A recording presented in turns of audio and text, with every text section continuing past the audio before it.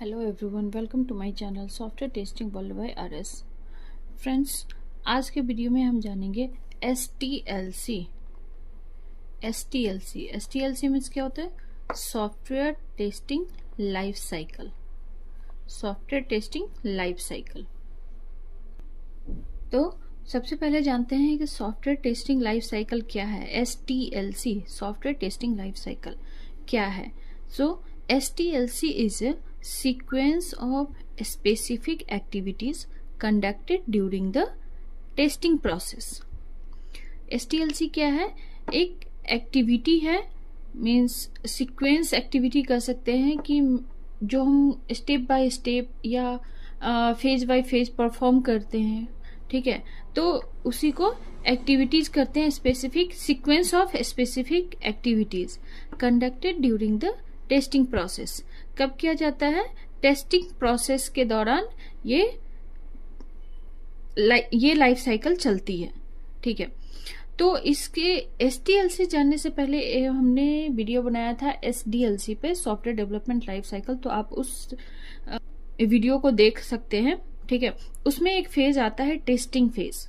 ठीक है, तो इस वीडियो में हम यही जानेंगे कि उस टेस्टिंग फेज में कौन कौन से फेज होते हैं। ठीक है, तो STLC क्या है? STLC is A sequence of specific activities conducted during the testing process. ये कब परफॉर्म होता है? टेस्टिंग प्रोसेस में, जब टेस्टिंग स्टार्ट होती है, या जो टेस्टिंग प्रोसेस होती है, कहने का मतलब है कि जब से रिक्वायरमेंट आती है और वो कंफर्म हो जाता है कि ये प्रोडक्ट, ये सॉफ्टवेयर हमें बनाना है, तब से टेस्टिंग लाइफ साइकिल स्टार्ट हो जाती है। ठीक है, to check the software functionality और क्वालिटी और करेक्टनेस। क्यों की जाती है? कि सॉफ्टवेयर की फंक्शनैलिटी को, जो उसमें मॉड्यूल होते हैं, ठीक है, उनकी फंक्शनैलिटी को चेक करने के लिए, उसकी क्वालिटी को चेक करने के लिए कि जो कस्टमर की रिक्वायरमेंट है उसके अकॉर्डिंग सॉफ्टवेयर बनकर रेडी हुआ है या नहीं, और उसकी करेक्टनेस के लिए कि मतलब सॉफ्टवेयर सही है या नहीं, उसकी फंक्शनैलिटी परफॉर्म कर रही है according to the customers requirement और नॉट। और STLC is a part of SDLC। मैंने अभी बताया था कि STLC जानने से पहले आप STLC जरूर जानिए। ठीक है, हमने जो वीडियो बनाया था STLC का, वो जरूर देखिए, तो आपको और भी ज्यादा क्लियर समझ में आएगा। ठीक है, तो क्योंकि टेस्टिंग जो हम पढ़ रहे हैं STLC, ठीक है, वो टेस्टिंग फेज जो है STLC software development life cycle का ही एक फेज है, उसका ही एक पार्ट है। तो हम क्या कह सकते हैं कि STLC is a part of SDLC। ठीक है, STLC software testing life cycle, STLC software development life cycle. तो STLC क्या है? सॉफ्टवेयर डेवलपमेंट लाइफ साइकिल का ही एक पार्ट है। अब हम जानते हैं phases of STLC, means STLC के कौन कौन से फेज हैं। तो first one is requirement analysis. STLC का फर्स्ट फेज क्या है? Requirement analysis. Second one is test planning. Third one is test case development. Fourth one is test environment setup. Fifth one is test execution and sixth one is test cycle closure. ठीक है, कौन सा है? Test execution and test cycle closure. ये 6 phases हैं SDLC के। Means अब हम जानेंगे कि ये जो 6 फेज हैं वो क्या है और उसमें क्या क्या होता है। तो फर्स्ट फेज है रिक्वायरमेंट एनालिसिस। ठीक है, अब देखिए, हमने STLC में क्या पढ़ा था? Requirement gathering and analysis. Analysis means आप कह सकते हैं फिजिबिलिटी स्टडी। ठीक है, तो रिक्वायरमेंट गैदरिंग, तो इसमें क्या होता है? STLC के फर्स्ट फेज में रिक्वायरमेंट एनालिसिस का मतलब गैदर करना नहीं होगा, इसका मतलब होगा फिजिबिलिटी स्टडी। ठीक है, क्यों? क्योंकि ये रिक्वायरमेंट एनालिसिस है, एनालाइज किया जाएगा रिक्वायरमेंट को। ठीक है, तो ये क्या है? Requirement analysis. ये क्या है? First phase of STLC। अब इसमें क्या होता है कि requirement analysis is also known as requirement phase। क्यों हम फेज क्यों कहते हैं, क्योंकि हम इसमें फेज ही जान रहे हैं ना कि first phase, second phase, third phase, तो हम इसको, ठीक है। In this phase test team studies the requirements from a testing point of view. इस फेज में क्या होता है, जो टेस्टिंग टीम होती है, ठीक है, जो रिक्वायरमेंट है उसको स्टडी करती है, उसको समझती है कि रिक्वायरमेंट क्या है, उसको हम कर सकते हैं या नहीं, कैसे कर सकते हैं, उसमें कौन कौन से मॉड्यूल होंगे, उसको कैसे टेस्ट किया जाएगा। तो क्या करते हैं, रिक्वायरमेंट की स्टडी करते हैं, ठीक है। कौन करते हैं, टेस्टिंग टीम क्या करते हैं, study the requirements from a testing point of view. वो टेस्टिंग पॉइंट ऑफ व्यू से रिक्वायरमेंट को स्टडी करते हैं। The QA team may interact with various stakeholders to understand requirement to in detail। इसमें क्या होता है कि QA टीम क्या करती है, QA टीम क्या करती है, इंटरेक्ट करती है stakeholder. Okay, stakeholder में कौन कौन से आ जाते हैं, टेक्निकल मैनेजर या technical team, system architecture, business analyst and client, ये है स्टेक होल्डर में आ जाते हैं। तो QA टीम क्या करती है कि अगर कुछ रिक्वायरमेंट्स समझ में नहीं आती है कि क्या करना है, अगर क्लियर नहीं है रिक्वायरमेंट, तो QA टीम एक मीटिंग शेड्यूल करती है, ठीक है, जिसमें कि सभी होते हैं, सारे स्टेक होल्डर होते हैं, टेक्निकल मैनेजर होते हैं, सिस्टम आर्किटेक्चर होते हैं, बिजनेस एनालिस्ट होते हैं और क्लाइंट होती हैं, ठीक है। और रिक्वायरमेंट को फुल्ली समझने की कोशिश करते हैं कि एक्चुअल में रिक्वायरमेंट है क्या, ठीक है, क्या है। द QA टीम में interact with various stakeholder to understand requirement in detail. क्या करते हैं, डिटेल में रिक्वायरमेंट को समझने की कोशिश करते हैं, इसके लिए इन सारे स्टेक होल्डर्स के इंटरेक्ट करते हैं, ठीक है। मीन्स सबकी मीटिंग होती है और जिसमें किसी की कोई डाउट होती है तो ये क्लियर करते हैं रिक्वायरमेंट के regarding. Requirements could be either functional और नॉन फंक्शनल। रिक्वायरमेंट क्या हो सकता है, फंक्शनल भी हो सकता है और नॉन फंक्शनल भी हो सकता है। Automation feasibility for this the testing project is also done in this phase. Means जो ऑटोमेशन फिजिबिलिटी, कहने का मतलब कि कौन कौन से ऑटोमेशन टूल का यूज करना है, ये सारे डिसीजन क्या हो जाते हैं, इसी फेज में डिसाइड हो जाते हैं कि इस टेस्टिंग के लिए कौन कौन से टूल्स का यूज करना है। Second phase is test planning. Second phase क्या है, टेस्ट प्लानिंग। इसमें क्या होता है, in practical scenarios test planning is the first step of testing process. ये प्रैक्टिकली देखिए, अगर ऐसे हम सोचते हैं कि फेज बाय फेज, तो रिक्वायरमेंट गैदर होने के बाद जो कंफर्म होते हैं कि नहीं अब हमें ये सॉफ्टवेयर बनाना है, तो उसके बाद जो फेज है वो है टेस्ट प्लानिंग। इसीलिए ये कहा गया है कि test planning is the first step of testing process. In this phase we identify the activities and resources. Test planning से नाम से ही पता चल रहा है कि टेस्टिंग की जो प्लानिंग होगी, ठीक है। तो इस फेज में क्या करते हैं कि आइडेंटिफाई करते हैं एक्टिविटी एंड रिसोर्सेज की, मतलब कि हमें क्या करना है, इस पे कैसे वर्क करना है, कैसे टेस्ट करना है। और रिसोर्सेज मीन्स डेवलपर होंगे, टेस्टर होंगे, मीन्स कितने डेवलपर होंगे, कितने टेस्टर होंगे, कौन कौन से टूल्स का यूज करेंगे, कितना टाइम लगेगा, कितना कॉस्ट लगेगा, ठीक है। ये सारी प्लानिंग जो होती है टेस्ट प्लानिंग फेज में ही हो जाती है। सारे डिसाइड होते हैं, जो प्लानिंग करते हैं कि जो सॉफ्टवेयर बनाना है उसको कैसे बनाना है, ठीक है, उसके मॉड्यूल कौन कौन से होंगे, उसमें कौन कितने रिसोर्सेज होंगे, कौन किस मॉड्यूल पे काम करेगा, ठीक है,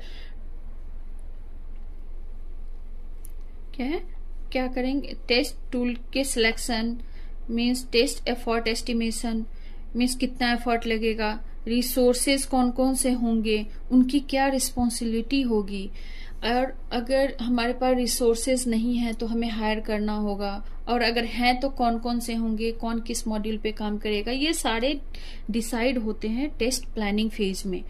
और जो हम हायर कर रहे हैं या जो भी रिसोर्सेज इस प्रोजेक्ट पे काम करेंगे उनकी ट्रेनिंग होगी, ठीक है। तो ये सारी प्लानिंग जो होती है इस फेज में, टेस्ट प्लानिंग फेज में होती है। Next phase is test case development phase, ठीक है। ये थर्ड फेज है STLC का, टेस्ट केस डेवलपमेंट फेज। तो टेस्ट केस डेवलपमेंट फेज में क्या होता है, this is the third phase of STLC। Test case development phase क्या है, STLC का थर्ड फेज है, ठीक है। In this phase testing team starts writing the test scenario और टेस्ट केसेस और ऑटोमेशन स्क्रिप्ट। इस फेज में क्या होता है कि टेस्टिंग टीम जो होती है, जो रिक्वायरमेंट है, जो मॉड्यूल डिसाइड किए जाते हैं उस मॉड्यूल पे, ठीक है, रिक्वायरमेंट के अकॉर्डिंग टेस्ट सिनेरियो और टेस्ट केस लिखना स्टार्ट कर देते हैं। टेस्ट सिनेरियो और टेस्ट केस पे भी मैं एक वीडियो बनाऊंगी, बट अभी के लिए मैं बता देती हूँ कि टेस्ट सिनेरियो क्या है, कि हमें टेस्ट करना क्या है, ठीक है, मीन्स किस किस फील्ड को टेस्ट करना है। और टेस्ट केसेस का मतलब होता है कि हमें टेस्ट कैसे करना है, ठीक है। एक टेस्ट सिनेरियो में मल्टीपल टेस्ट केसेस हो सकते हैं। क्यों? क्योंकि जैसे एग्जांपल हम लेते हैं कि लॉगिन पेज लेते हैं या रजिस्टर पेज लेते हैं, ठीक है। तो हमें उसमें क्या टेस्ट करना होता है कि हम रजिस्टर कैसे करेंगे, किस किस फील्ड को फिल करेंगे। लेकिन टेस्ट केस का मतलब है कि हम उस फील्ड में कौन कौन सी इनपुट डालकर टेस्ट करते हैं, मीन्स नेगेटिव इनपुट डाल के, पॉजिटिव इनपुट डाल के हम टेस्ट करते हैं फंक्शनैलिटी को। तो हमें किस तरीके से टेस्ट करना है, ये हमारा टेस्ट केस हो गया कि कैसे करना है, ठीक है। जैसे अगर हम लॉगिन पेज लेते हैं तो क्या करते हैं, यूजर नेम और valid password, valid username, invalid password, invalid username, invalid password, means multiple way में हम टेस्ट करते हैं। तो ये जो मल्टीपल वे हैं, ठीक है, वो टेस्ट केस हो गया। बट लॉगिन पेज को हमें टेस्ट करना है, ठीक है, तो ये हमारा एक सिनारियो हो गया, ठीक है। तो क्या करते हैं इस फेज में, in this phase testing team starts writing the test scenario, test cases, और अगर ऑटोमेशन टूल का यूज करते हैं तो ऑटोमेशन स्क्रिप्ट, ठीक है, लिखना स्टार्ट करते हैं।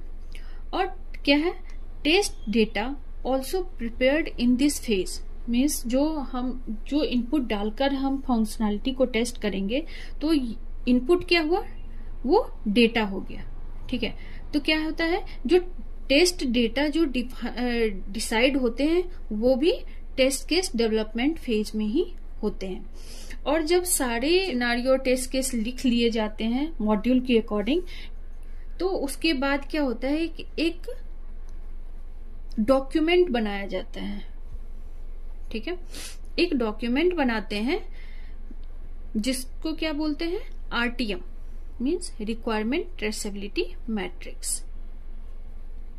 तो रिक्वायरमेंट ट्रेसेबिलिटी मैट्रिक्स क्या है, इसके ऊपर भी एक वीडियो बनाऊंगी, बट फिलहाल के लिए बताती हूँ कि ये क्या है, कि एक डॉक्यूमेंट है, ठीक है। रिक्वायरमेंट ट्रेसेबिलिटी मैट्रिक्स एक क्या है, तो ट्रेसेबिलिटी मैट्रिक्स क्या है, traceability matrix is documents that trace and maps user requirement. Traceability matrix क्या है, एक डॉक्यूमेंट है जो कि जो कस्टमर है उसकी रिक्वायरमेंट को ट्रेस या मैप किया जाता है इससे, means everything is mention in this document, ठीक है।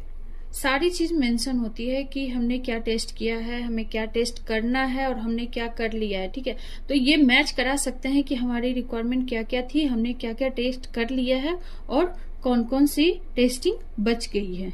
मैट्रिक्स इसलिए भी क्रिएट की जाती है, एक डॉक्यूमेंट बनाया जाता है कि हम कस्टमर को भी दिखा सकें कि ये आपकी रिक्वायरमेंट थी और हमने इन एरिया को कवर कर लिया है, मीन्स सारे एरियाज कवर हो गए हैं, टेस्टिंग हो गई है, कुछ भी मिस नहीं हुआ है, ठीक है। तो ये है ट्रेसेबिलिटी मैट्रिक्स। क्या है, एक डॉक्यूमेंट है जिससे हम यूजर की रिक्वायरमेंट को ट्रेस कर सकते हैं या मैप कर सकते हैं। Next phase is test environment setup. Next phase क्या है, टेस्ट इन्वायरमेंट सेटअप। तो the environment setup decide the software and hardware condition. Environment setup क्या डिसाइड करता है, सॉफ्टवेयर एंड हार्डवेयर कंडीशन को, जिसपे हम सॉफ्टवेयर को और प्रोडक्ट को टेस्ट करेंगे। ठीक है, it is one of the critical aspects of the testing process and can be done in parallel with the test case development phase। ये जो प्रोसेस है, ये जो फेज है टेस्ट इन्वायरमेंट सेटअप, इसमें क्या होता है कि ये टेस्ट केस डेवलपमेंट फेज के पैरेलल ही चलता है। वो इसलिए क्योंकि इसमें जब सेटअप हो जाएंगी तो क्या होगा, उसको टेस्ट करने के लिए कि जो हमने सेटअप किया है अब उस पे सॉफ्टवेयर वर्क करेगा या नहीं करेगा, उसकी फंक्शनैलिटी वर्क करेगी या नहीं करेगी, वो टेस्ट करने के लिए टेस्ट केस डेवलपमेंट फेज के साथ, इस फेज के साथ साथ टेस्ट इन्वायरमेंट सेटअप फेज के साथ साथ टेस्ट केस डेवलपमेंट फेज भी चलता ही रहता है। ठीक है, क्यों, क्योंकि टेस्ट केस डेवलपमेंट फेज में क्या होता है, हमने क्या जाना था कि उसमें टेस्ट सिनेरियो, टेस्ट केसेस लिखे जाते हैं।